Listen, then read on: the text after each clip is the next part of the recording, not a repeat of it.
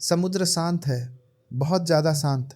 जहाज सामने दिख रहा है, पूरी तरह सलामत, पाल खुले हुए, धीरे धीरे हवा के साथ बहता हुआ। लेकिन कोई आदमी डेक पर नहीं, कोई आवाज़ नहीं, कोई हरकत नहीं। बस लकड़ी की हल्की चरमराहट और खालीपन। जब दूसरे जहाज के नाविक उस पर चढ़ते हैं, उन्हें तुरंत समझ आ जाता है कुछ हुआ है, और जो हुआ है वह सामान्य नहीं है। नमस्कार, स्वागत है आपका नल गुप्त कथा में। यहाँ हम सुनाते हैं सच्ची घटनाएं, अनसुलझे रहस्य और वो कहानियाँ जिनके पीछे छुपा है एक गहरा सच। तो चलिए आज की कहानी शुरू करते हैं।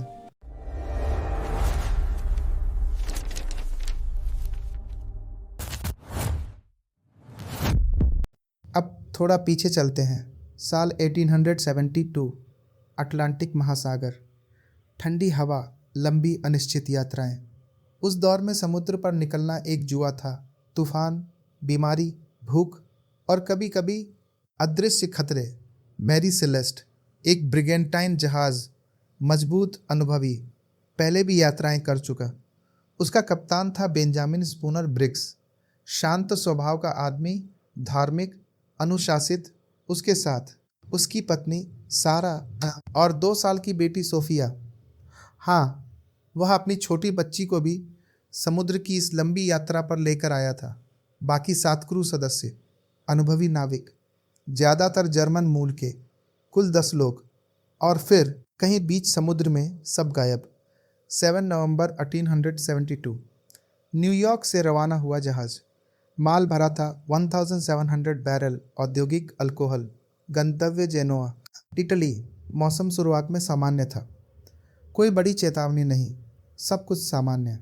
और फिर लगभग 1 महीने बाद 5 दिसंबर 1872 ब्रिटिश जहाज दे ग्रातिया अजोरेस द्वीप के पास एक अजीब दृश्य देखता है। दूर एक जहाज डगमगाता हुआ, पाल ठीक से सेट नहीं, दिशा अनिश्चित। कप्तान डेविड मोरहाउस दूरबीन उठाता है। वह मैरी सेलेस्ट को पहचानता है। उसे पता है यह जहाज कुछ हफ्ते पहले ही न्यूयॉर्क में मिला था ब्रिग्स से, लेकिन अब कुछ गलत है। जब देई ग्रातिया के लोग उस जहाज पर चढ़ते हैं तो जो वे देखते हैं वह आज तक इतिहास में दर्ज है।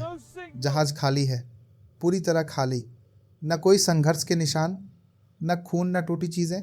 सारा का सिलाई का सामान अभी भी टेबल पर रखा है। कप्तान का केबिन व्यवस्थित, खाना जहाज पर मौजूद, पानी पर्याप्त। लाइफबोट गायब है।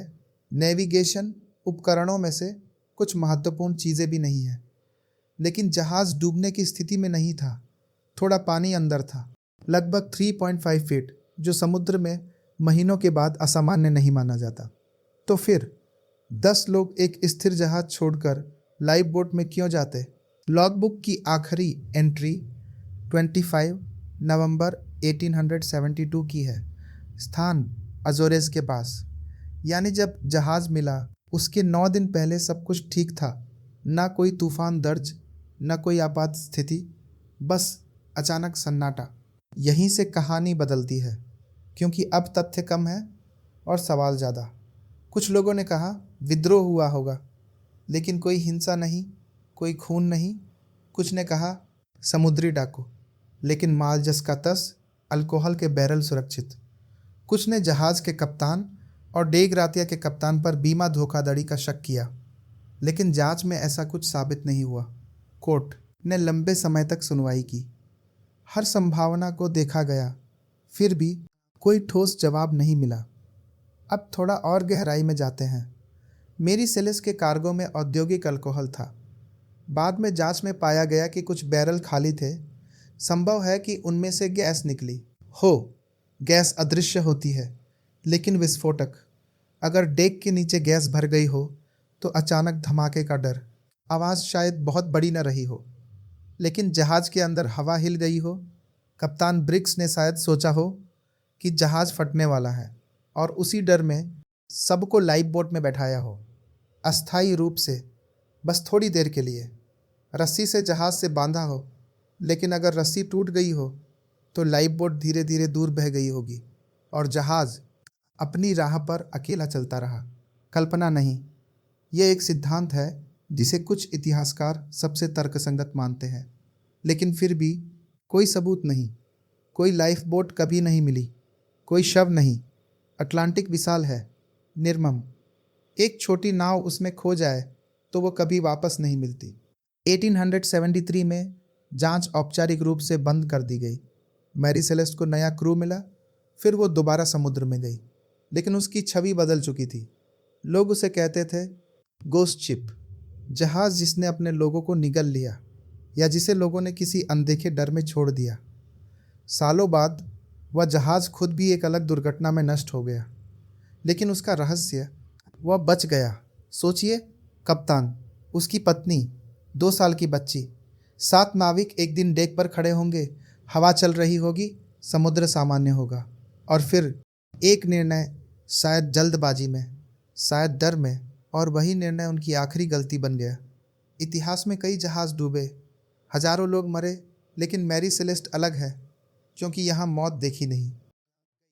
बस अनुमान है, खाली बिस्तर, ठंडी मेज, खुली पाल, और एक जहाज जो बिना लोगों के समुद्र में चलता रहा। आज भी जब समुद्र की कहानियाँ सुनाई जाती है, मैरी सेलेस्ट का नाम धीरे से लिया जाता है, क्योंकि ये कहानी भूतों की नहीं है। ये कहानी है मानव डर की, एक पल के फैसले की, और उस खामोशी की जो कभी जवाब नहीं देती।